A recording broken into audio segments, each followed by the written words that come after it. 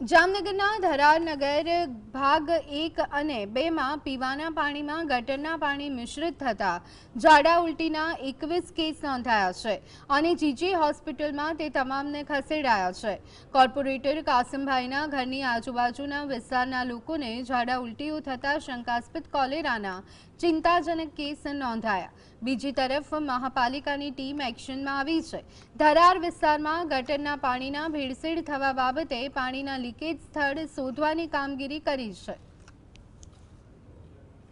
આરોગ્યની 20 ટીમો બનાવેલી છે અને એ લોકો ઘરે ઘરે જઈ અને 27 જેટલા ઘરોનું સર્વે કરી લીધું છે અને એની અંદર ક્લોરીન ટેબ્લેટ અને ખાસ કરીને કોઈને સામાન્ય તકલીફ હોય તો એના માટે અમે સ્થળ ઉપર જ ઓપીડીની વ્યવસ્થા પણ કરવામાં આવેલી છે।